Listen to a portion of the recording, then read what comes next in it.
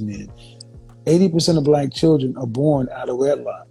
There's a 30% black marital rate, so roughly 84% of black men, 54% single and childless, 30% married, roughly 80% of children are made by roughly 16% of men.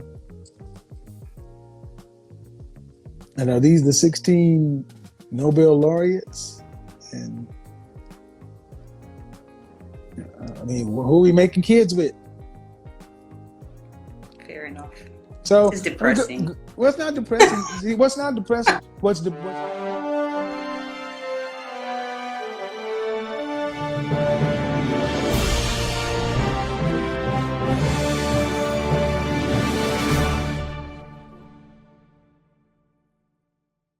Somebody please come help these ladies.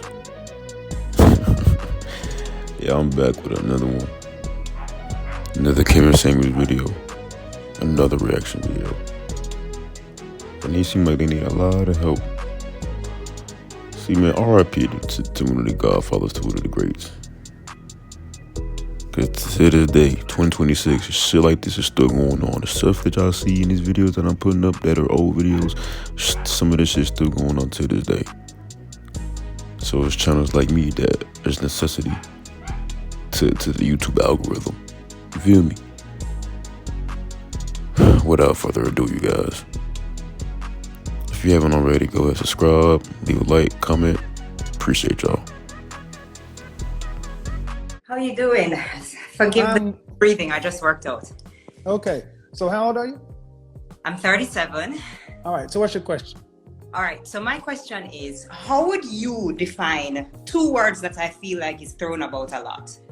Feminine and submissive/cooperative.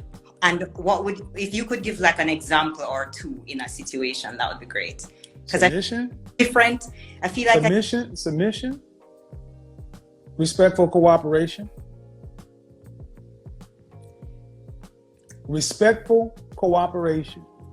Do you have a job? Mm-hmm. Do you have any people who work to you, report to you? Mm-hmm.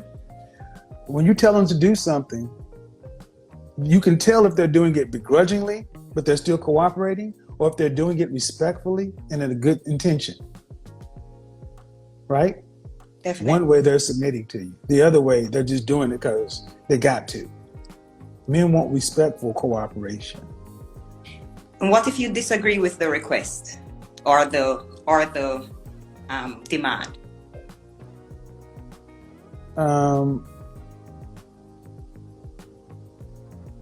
Truthfully,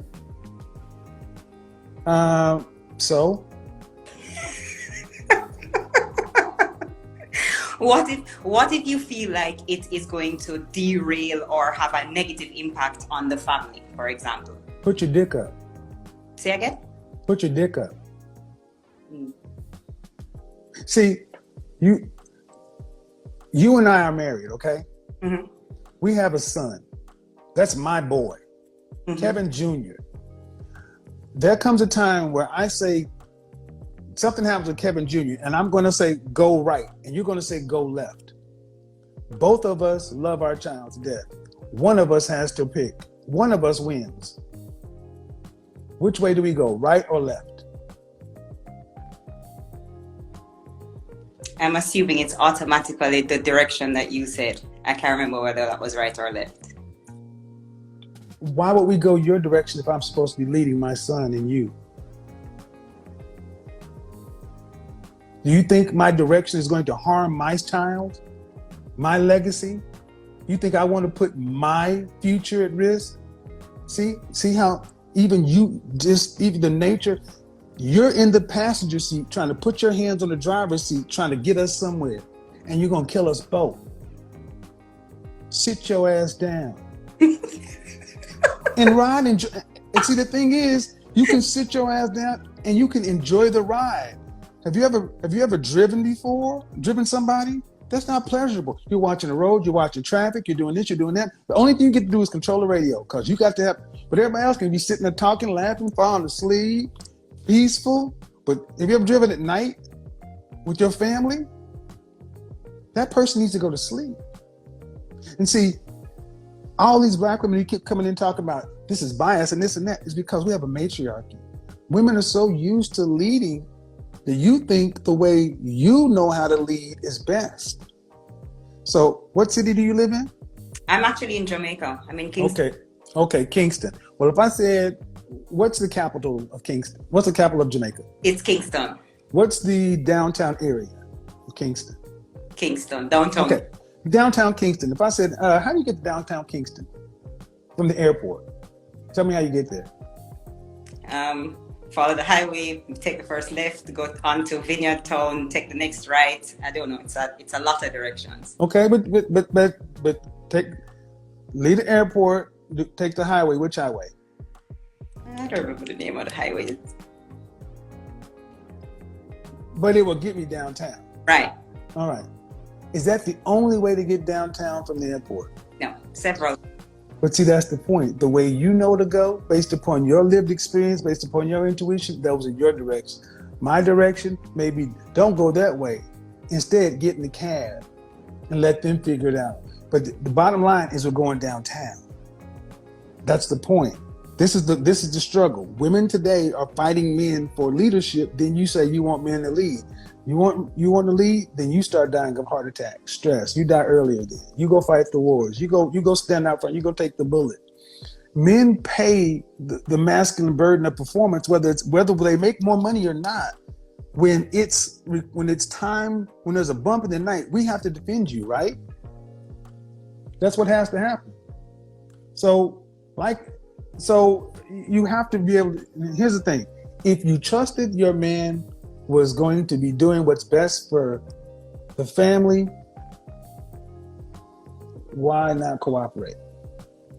That's it. That's what it boils down to, a lack of trust, for sure. Well, then that's where the therapy comes in.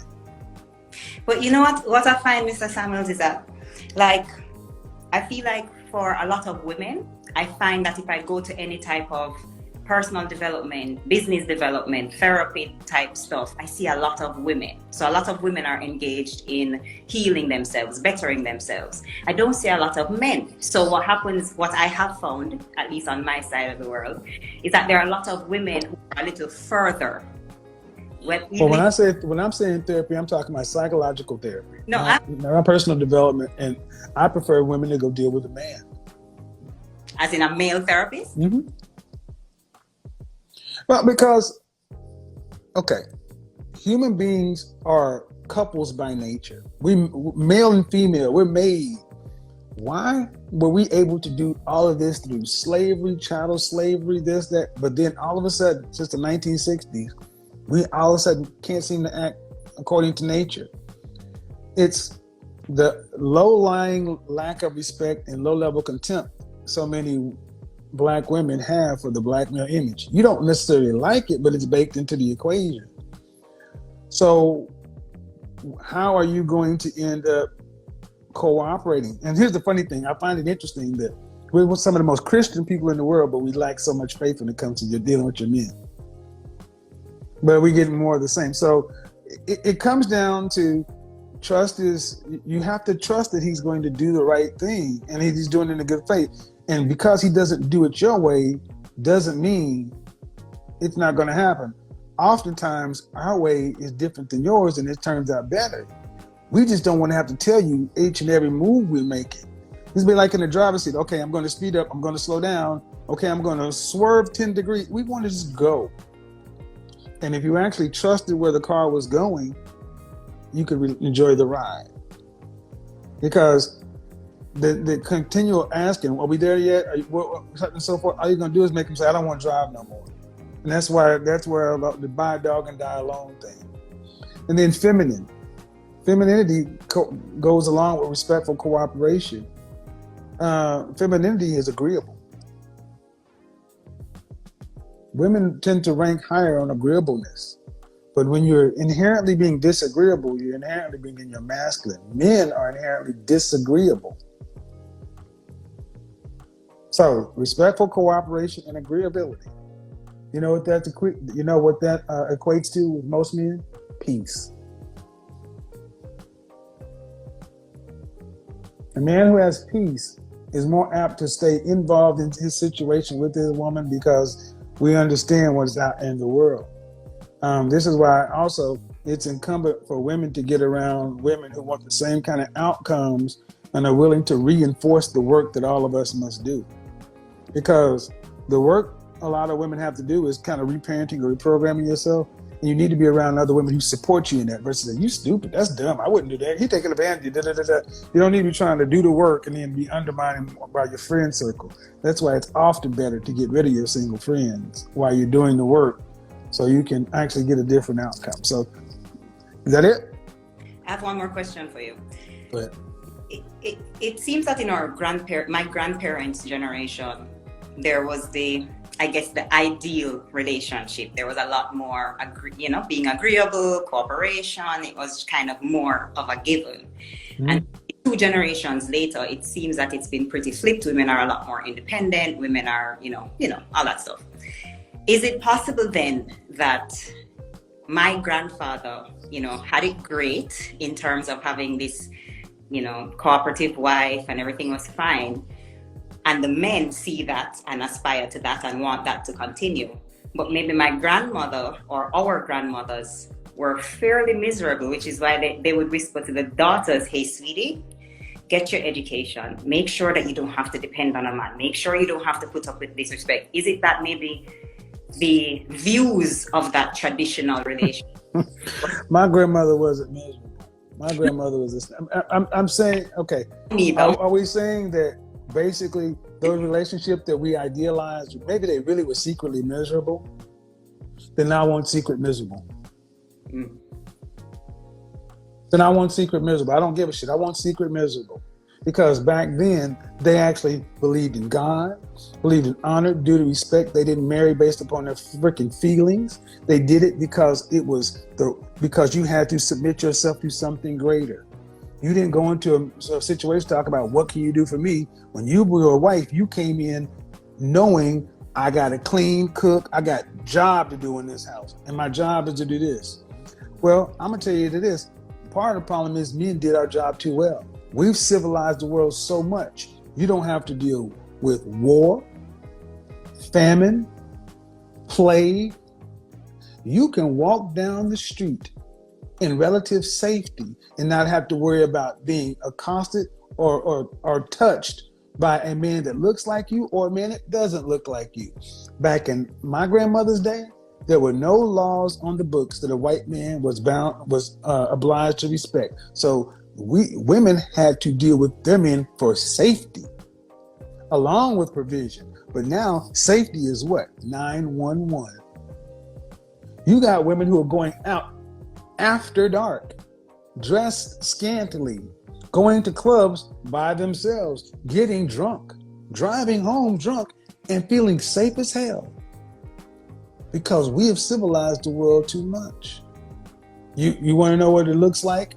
Give it coronavirus. You weren't feeling so safe then, were you? That's when you had to go out and see there's no water, there's no toilet tissue, there's no this, there's no that. And resources got scarce. And you start looking around and saying, well, how am I going to compete or get the resources that are scarce? I have no man to fight for this stuff. But you gonna come fight me? You gonna come fight your male counterparts for it? See, that's the point. So grandmothers, one, we had a community, we had a church, we had a family, we had a support system.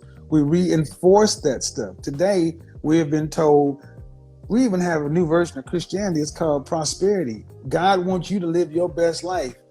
Be happy, such and so forth. And women are getting a completely different message. It is me, me, me, me, me. We have bred sociopaths and narcissistic tendencies, sociopathic and narcissistic tendencies.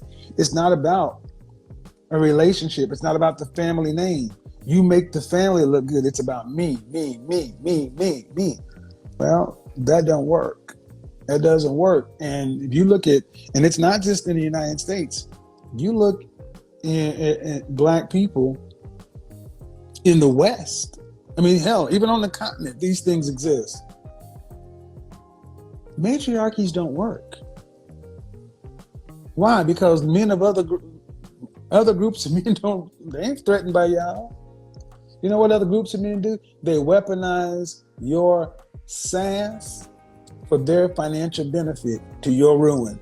They'll hire you, and I want you to understand. I want you to ask yourself, look in corporate America, or look and how many black women are in places of revenue responsibility, accounting, customer service, HR. Black women are the guards of all of this stuff. And they're weaponizing that so you can protect their stuff. That's your husband, and what are they doing? They're taking the money you're making, and you putting their kids through college, and their wives are at home. Versus you used to take that and defend your family, your brood, our name, our this, our that. It's not about y'all. Y'all have to realize that you're living life as a single, solitary individual, and that is against the feminine directive of any species. The female of the group needs the feminine of the group needs the group for survival. So, did I answer your question then? Answered my question. I have one last, and then I'll wrap up. Go ahead. I'm getting out of here after this, I promise you. What's your view then on male infidelity? Because I feel like that's one of the things that a lot of women are unwilling to put up with, which is one of the reasons they don't. I think it's a bullshit feminine argument. Because I'm sorry. When they look at the infidelity numbers, when they do all the data, 28% of black men in relationships admit to having extramarital or extra-relational affair. No percentage of black women admit to having. How many? What percentage? Yes. 42. 24. You separated about 4 percentage points. But the way the women talk about it is the men are cheating.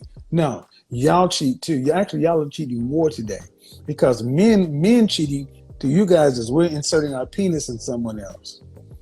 You guys will have male attention around you, which is cheating. You know, cheating to a man is if I'm paying her rent and buying her a car. That's cheating. Cheating for a man is if you're giving him your body and your attention. So how many male friends did your grandmother have? How many male friends y'all got? A few. Exactly. So who's cheating? You got men for. Here's the guy I call when I need emotional support. This, that, so on and so forth. So you guys are in polygamous relationships. I think it's kind of hypocritical to hear women talk. And I've been the other man before. I've watched how y'all move. Y'all are vicious when y'all cheat. When y'all come out here and throw this, I don't cheat. No, what you really talk about is the kind of man you want. You're worried about him cheating. Well, goddamn, you all want the same 10% of men. But yet, when you can't say that, when your Facebook, Instagram, Twitter, everything else is littered with exes. You want a monogamous, committed relationship? Get rid of all your social media. See that eyebrow, folks? See that eyebrow? That's a woman who ain't gonna have that's a non-starter. I don't deal with women that have social media. They got to go. Kevin, social media is a way to market and get business and network. It's a very important part of her business. Great. Hey, enjoy. You just won't date me. Fair enough. I mean, I'm not telling you can't have it. I just won't deal with you. Fair enough. Because the women I deal with are professionals. Professionals with PhDs, but they're not on social media like that. And if you need to be on social media because of a brand, because you have a stage name, but what percentage of women is that? I guess not that much. Right. What it is it's another way to keep. I started out. You guys are modern women are terrified of commitment. You're not going all in on anything, and the only thing you're going all in on is dying alone. Because that's the reality. With the dog. The dog ain't even trying to deal with y'all now. I see dogs ain't even just tired of y'all. I'm telling you right now, I'm laughing. I'm gonna start taking pictures. because these dogs are sick of y'all's ass. They're like, I see this one sister. She got this dog, and every time I see, he's like, "Can't stand her." He's like, "Shoot me, dude. Kill me." I'm like, "I'm sorry." He's like, "Ugh." So, I mean, really, what it comes down to is women are going to have to realize that the issues so many modern women have with men have nothing to do with the men you want to deal with. They have everything to do with the phantom in your head. That ain't us. But see, here's the question. So I have a question for you. Mm-hmm. With so many sisters having so many, let's just say, reservations about relationships, valid or not, but they're there, right? What would you tell your son to do? Would you tell him to sit around and wait for one? Would you tell him to go ahead fix one? Or would you tell him to go ahead and deal with the women who will want to cooperate with him? I would tell him to deal with the women who want to cooperate with him. Even if they weren't black? Aligned with him and make life happen. Even if they weren't black? Even if they weren't black.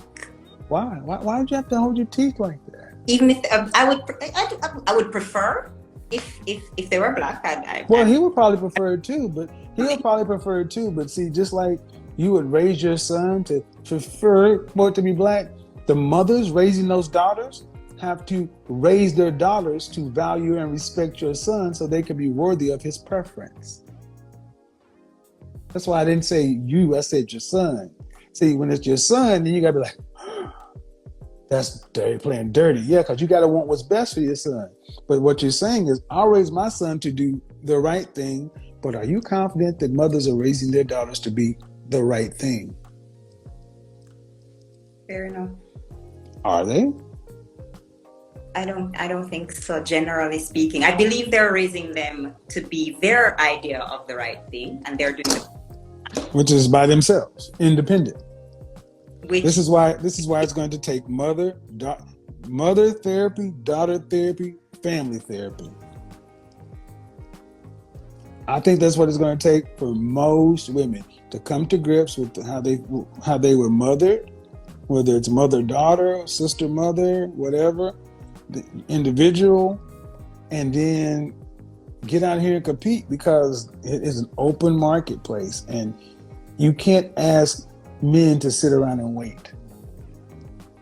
Is it fair then to ask women to settle in that this guy's a guy, but he doesn't intellectually stimulate you. You guys aren't aligned spiritually, but he's a great option. You know, he'll probably be monogamous. What do you mean? Okay. Settle. You're not, what did you say, the first one? So say, for example, he doesn't intellectually stimulating you. Meaning, like, he doesn't intellectually stimulate you. That ain't our job. We're not your friend. What you mean? We're living together. We're building together. That is not. See, that is not our job. It has never been. We're not your friend. When we want intellectual stimulation, we go out with our friends. We're not your friends. We're your husbands. We don't like you like that.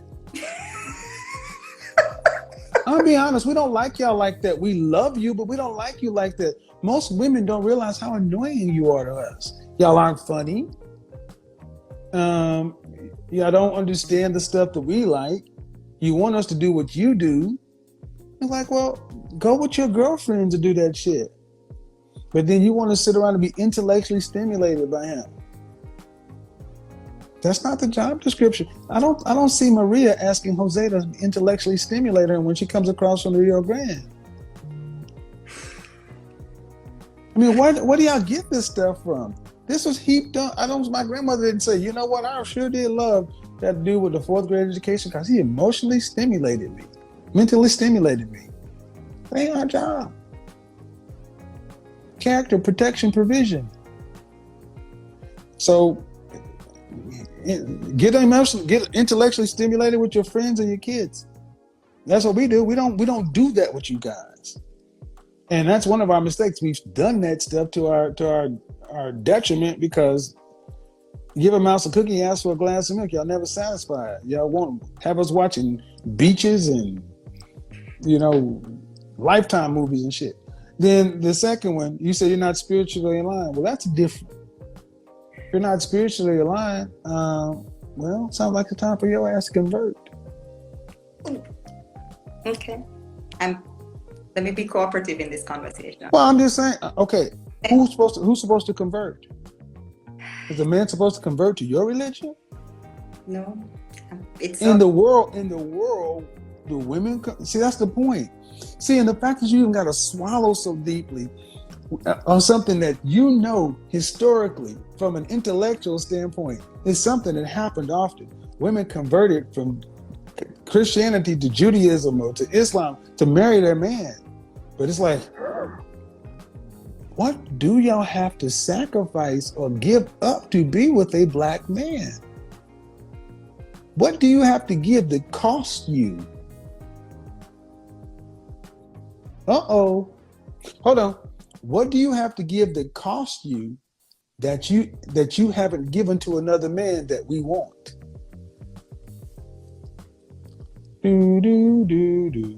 Y'all can write that down. What do black women have to give up that costs them that we want, that they haven't already given to another man?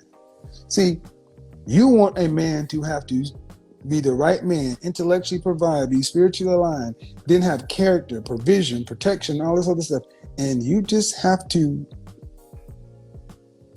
respectfully cooperate and be agreeable. So you want a 6-figure job with a high school diploma. And we look at our people who come into this country illegally, who stand in front of the Home Depot or the day labor center, such and so forth. And these guys are doing work that our grandmothers or grandfathers used to do. You see what they say illegal immigrants do, but they get respect, they get submission. And it's not about money. In our community, women have lost real sense of a man's value. Go ahead. So when does a wife or a woman have the right to argue, to voice a disagreement, a disapproval, or is that just not to be done? Yeah, you have the right. You certainly do. We want to hear your point of view, but you don't do it in front of people. You don't raise your voice, and it's done in good faith. We don't want yes women. We don't want to just say, we're going here, yes, dear, yes, dear, yes, dear, because women have female intuition. You're the more social of the group. You often see things that we don't. That's why you're feminine, beautiful, and inspirational. Women have a muse effect on men, an ability to inspire. My grandmother was a guide stone for my grandfather, but she also trusted him. But you do it one-to-one. So if I say we're going to move to Alaska, you can tell me, well, okay, I'm with you. That's most important. But here are my concerns. Don't know anybody in Alaska, the kids' school, this, that, and so forth. All right, here's the plan. Here's what we're going to do. Here's how that's going to be taken care of. It's my job to lay it out in front of you so you can understand how to nest inside of the plan. I can't just come home and say, pack all our shit, we're going to Alaska. That's a bad leader. It's a bad leader because there's no way to nest in insecurity. Now, how do we take risks? I have to come to you and say, wife, okay, we have stable. We have cement floor, brick house, but it's small. In order to get more, I need to go over there where there's more competition and more opportunity. We're going to have to take 1 or 2 steps back, but I'm going to do the work required to give us 5 steps forward. I need you to support us while I do that. You're here for me, right? And then that's when you say, I'm here for you, But here are my concerns. all right. Then I need to address your major concerns. And then it say, all right, here's your major concerns. Everything ain't gonna be mapped out. All right, so we're gonna go there. Pretty workable for the most part. Would you find that most men, generally speaking, most Black men are good leaders in the true sense of the word? Like, well, I think that's a loaded question. I mean, it's kind of hard to be a good leader when 80% of us are raised by women.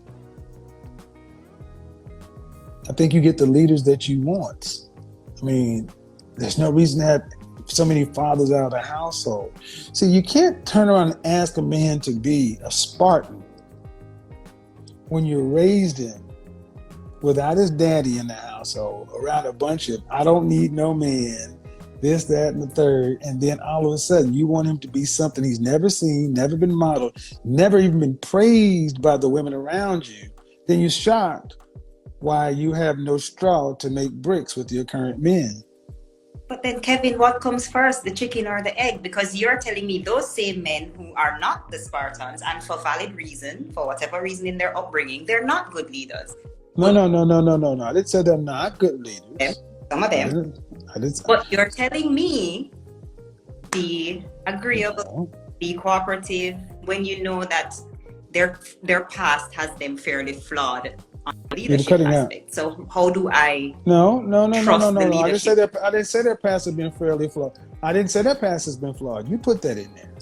See, you asked me, do I think the average Black man is a good leader? I said I think it's a disingenuous question because you're asking a group of men who have raised 80% women. But what I do know is, according to the numbers, especially when it comes to fathers, Black men are the best, most involved fathers in the country, according to the CDC. That's why you have non-Black women rushing in to get Black men, because we were raised in the matriarchy, because we are much more likely to listen to our women than other men who are raised in the patriarchy. But you're also going to have to learn how to be able to be more supportive of your men, because we're so used to seeing in our Black community, Black male leadership be questioned. So here's what we can't do. We can't say, well, Kevin, do you think the average Black man is a good leader? And then let's just go with the answer that I think your question, let's go with the answer that I think you were kind of getting, but not so much. Then you can't get mad when you show up with a white woman. Okay. Can't get mad when you show up with a white woman, and because if she wanted to bet on him, well, he may not be the best leader, but I like the way he rows my boat, and we're going down. So you can't get mad if you end up with a white woman, Hispanic woman, Middle Eastern woman. If she's like, I was willing to work with him, because that's the thing. Do you feel like the average Black woman is really willing to work with a Black man? I don't think so, not generally. I think that the average Black woman is programmed to protect ourselves and protect and to not trust. And here's the thing, and that ends up with a group of men who would love to be with a woman to share their reflection, but they understand that those are the women that raised them, they're their sisters, their uncles, their aunties, and everything else. And at the end of the day, it only makes sense for a Black man to say, well, she's protecting her, doing what's best for her. As much as I would like to be with somebody that looks like her, she's not even, somebody like this is not really even willing to give me the benefit of the doubt or work with me. So why should I turn down these women who are knocking at my door saying, hey, I'd like to? Where the average Black woman is today, for whatever reason, is on the path to being alone. Because you remove Black men out of the equation, what group of men is rushing to get you? Not in significant numbers. Not many. You said the same thing. Not insignificant. No, not many. So this is why so many women don't like my program, because he's like, well, it all comes down to women, because it does come down to it. It is going to take women talking to women, dealing with women's issues, and coming back to the men.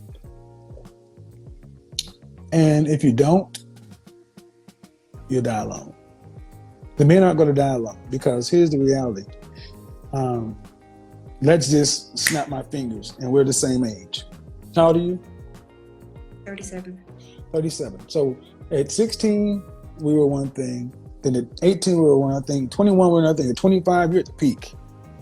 But at 30, I'm starting to come to my own. At 35, things will change. At 40, 45, at 50. At 50, I can still turn around and marry a 28-year-old woman.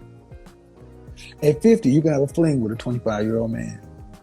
A man has 3 different lifetimes. A woman has 1. So women have to get the major parts of their life together sooner because of biology, because things start to be removed. If it's not fair, take it up with the creator. So the path of I need to take care of myself, do this, do that, and so forth, is leading so many women who have this mindset to be unfit for cooperation with a man long term. So I'm not happy where I see so many of our women over 40. It's just what's next? Because Hollywood will tell you to live your best life, girl, but you're not making that kind of money. This is what I think a lot of women are going to have to realize, that we need to do something and make a pitch to our men, collectively and individually, to try to do something. For those of you who want something other than buy a dog and die alone, because men aren't going to be by themselves. I can tell you that men aren't going to be by themselves. Sadly, as much as we may want to see the rekindling of black families, that may be on the younger side. What about the people on the older side? I don't want to see a bunch of spinster black women living in retirement communities by themselves, but it's freedom. You can't make people do anything. People are free. I think on average, the average black woman really loves black men and vice versa. Black men are great, beautiful, some of the best fathers, like you said, fantastic men. So I find it strange that we are so misaligned and just can't get it right. Well, but the funny thing is, 54% of black men are single and childless. 61% are in the middle class. Over half of black men are locked out of fatherhood. So we hear black women say that, but then you're not reproducing with these men. 80% of black children are born out of wedlock. There's a 30% black marital rate, so roughly 84% of black men, 54% single and childless, 30% married, roughly 80% of children are made by roughly 16% of men. And are these the 16 Nobel laureates? And I mean, who are we making kids with? Fair enough. So it's depressing. What's not depressing? See, what's not depressing? What's continuing to act like there's nothing wrong. You got to deal with the facts, the data, the reality, the statistics, and then decide to say, here's what's out here. What am I going to do about it? Here's the numbers. Then what am I going to do about it? I think the first step to solving any problem is admitting there is one. So we got to deal with reality. And then choices can be made after you deal with what's there. But living life like there's no problem, that's depressing. Appreciate it, sis. Thank you. Bye-bye. See, simple. I mean, that was a pleasant talk. You see, it was really no argument going on. She was very overstanding to what Kevin Samuels was bringing to her, really just putting her on game. That clip in the very beginning of the video was it was emphasized for a reason, because it's still to this day it's around those same numbers, So it says a lot about our community with just certain stats and statistics. And even with it being just numbers to where, the numbers may not be right. It may be skewed off. It may be this percentage. It's still a percentage around that number, to the point where it just shows the fucked up shit, the bullshit, or how we move in the community. Feel what I'm saying? It's just to shine light, spread a message that we are becoming better. You see what I'm saying? Yeah, man. If y'all enjoyed the video, go ahead, leave a like, comment, subscribe for more. Until next time.